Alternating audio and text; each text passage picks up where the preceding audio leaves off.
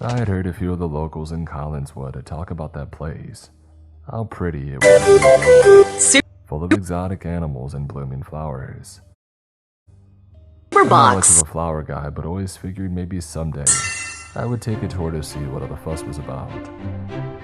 There had been something in the news a few days ago about some guy named Richter being involved in a scandal connected to the park, but I never paid attention to it.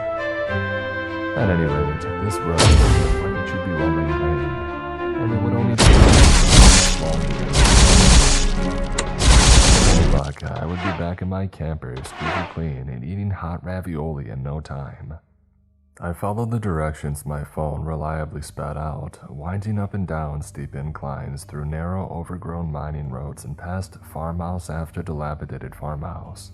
It depressed me how this area was so run down. The opioid epidemic really throwing the community for a hard loop. Part of me knew just by looking at the faded paint and sagging roof lines that these buildings had been beautiful ones. But poverty, an indifferent government, and the unending flow of narcotics poisoned that beauty, turning it into something like a theme from some 90s analog horror film. Randy, tell me you're seeing this. Swearing under my breath in surprise, I almost jumped out of my skin and stared at my shortwave walkie-talkie. We used them on the various work sites to communicate between crews, but I didn't recognize this voice.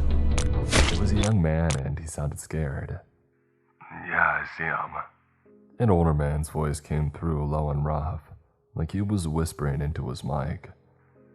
Hold fire till they get closer.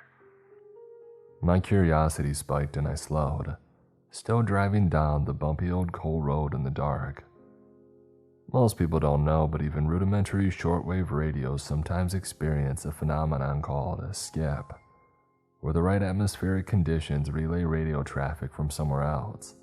Sometimes traffic from different frequencies, channels, or even long distances.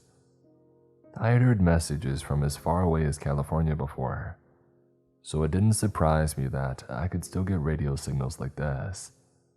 Still, they were so clear, so loud, that whoever was talking had to be close by, within 20 miles at least.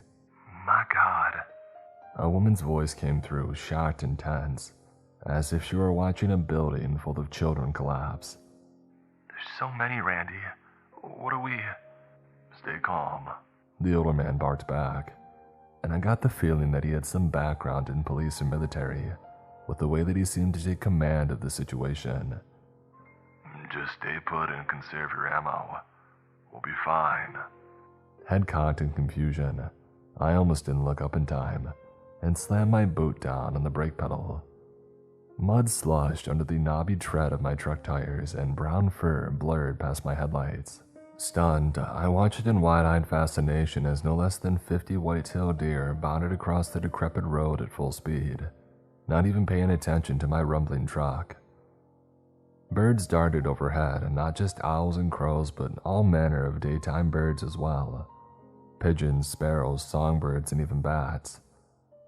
Tens of thousands of bugs seethed over the dirt in dark sheets of wriggling legs, parting to allow the stampede of possums, raccoons, red foxes, and even a pack of coyotes to flee past them like a tidal wave was hot on their tails. Neither stopped to attack each other, prey and predator running together, all with their ears laid back, limbs moving at breakneck speed without a glance backward. What the... I had never seen animals act like this, not once in all my travels across the U.S. Something seemed to have spooked them, something bad enough that even the insects weren't hanging around to weather the storm.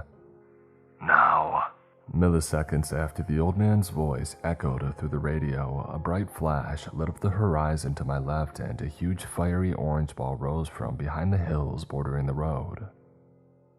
My truck rocked, the shock wave rippled through the ground even from this far away, and I ducked out of reflex. What the heck is going on here? My heart roared in my ear and I pushed the accelerator to the floor, weaving through the horde of wildlife to fly down the dark road like a bat out of air. Take the next left.